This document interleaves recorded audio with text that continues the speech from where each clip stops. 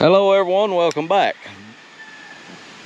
Thought I'd do another video a little bit more in depth on the Wood-Mizer sawmill that we've got to deal with all this and a lot more. And there'll be plenty of videos of this, I promise you. We've got the mill cutting good. I just cut these two boards here. They got some sawdust on them, but these are some I cut the other day. These are 1-inch boards.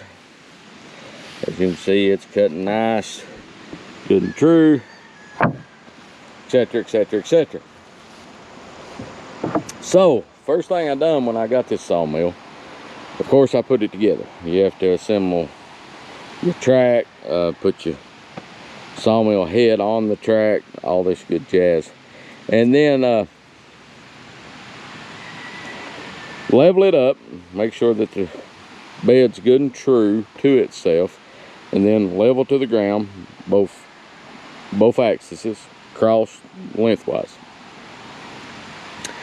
And then what I did is I went through and I made sure all of these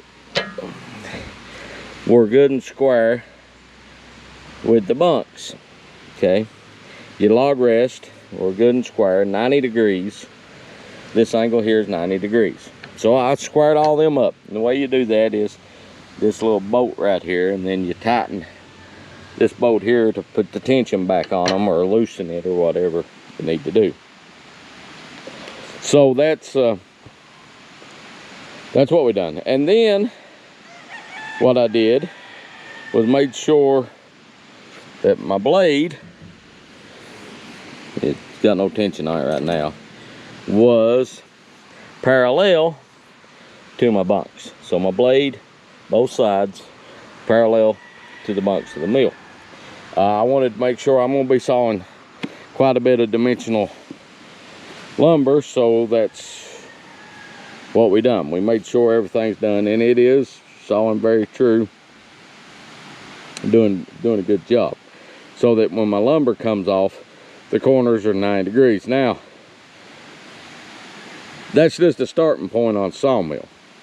That's just starting point to making good lumber.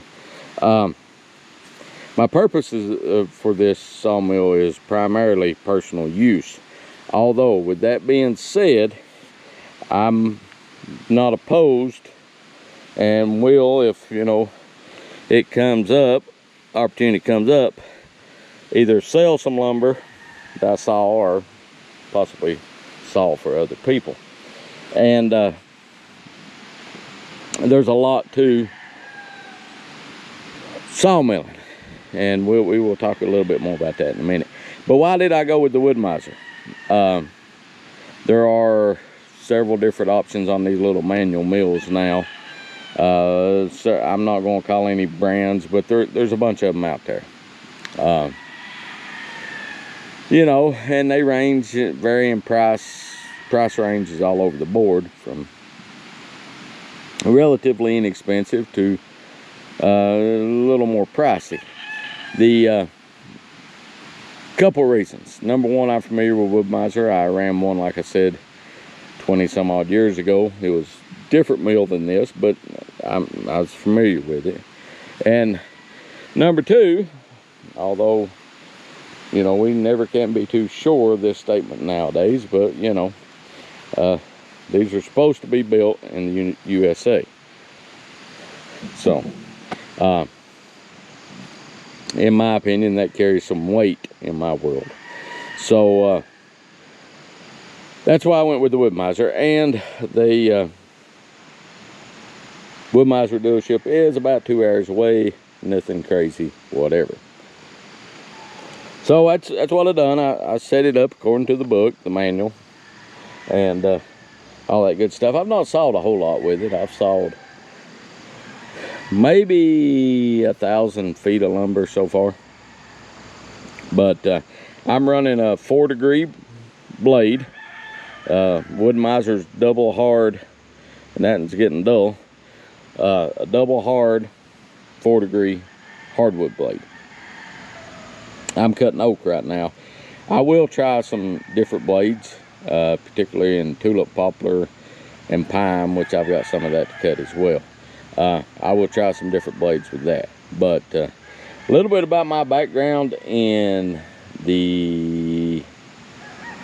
sawmilling is when the guy I worked for bought the sawmill years ago, there was a couple of older gentlemen around that ran circle mills and a couple of Wood-Mizers actually. And what I did was, young whippersnapper, I went and spent some time with them, and they taught me, helped them do some sawmilling and stuff, and they showed me some things that by no means, if you want to learn about sawmilling, I'm not the guy to talk to. I'm gonna oil this track there. It looks like it had a little rust on it. May have just been some sawdust buildup, but I want to get this in the dry. But like I said, you know, if you're I know just enough to be dangerous, let's put it that way. I do know, you know, different ways of sawing lumber for different purposes and all that good stuff. I know the difference between flat sawn, rip sawn, and quarter sawn. So, and we'll talk about a lot of that going forward. But that's a little bit more about the sawmill, why we bought it, or you know, some of the reasons we bought the Wood-Mizer and stuff like that. It was one of them odd situations to find yourself in. Now, this is one of the things I'll be doing. They are others, and we will talk about them later. But there is some other new things going on around here that we'll talk about. The only option I got on the sawmill was the power feed. Later on I may get an extension so I can cut a little longer log, and I may get some toe boards for it at some point, some Wood-Mizer toe boards. Then again, I may make my own toe boards. So I've got some ideas about making my own toe boards, which I may do. So I need to tighten the rope up on that power feed. I still haven't got it dialed all the way in, but that's a little more about sawmilling, a little bit about what we'll be doing. And if you're interested in this kind of thing, please hit the like button. If you like this video, hit the like button. And if you're interested and want to follow along, hit that subscribe button. We saw this the other day. Like I said, I saw these two boards here. And this is some of the down timber. Some pretty nice oak lumber that my son's going to be building a hunting blind out of. So I got saw him some framing. I said it was kind of a waste for that, but you know, putting it to use. We're not. That's the key thing. And but anyhow, until next time, everybody take care of yourself, and we'll talk to you later. We're going to do some more videos. We started picking corn yesterday. You know, today is Tuesday. We started on Friday, and then we picked about 150 bushel yesterday. But we don't have a whole lot of sweet corn. We're working our way through it. It's been dry on that particular patch of sweet corn, and it's not the best I've ever grown. But anyhow, we'll talk to you guys later. Everybody take care of yourself. Bye.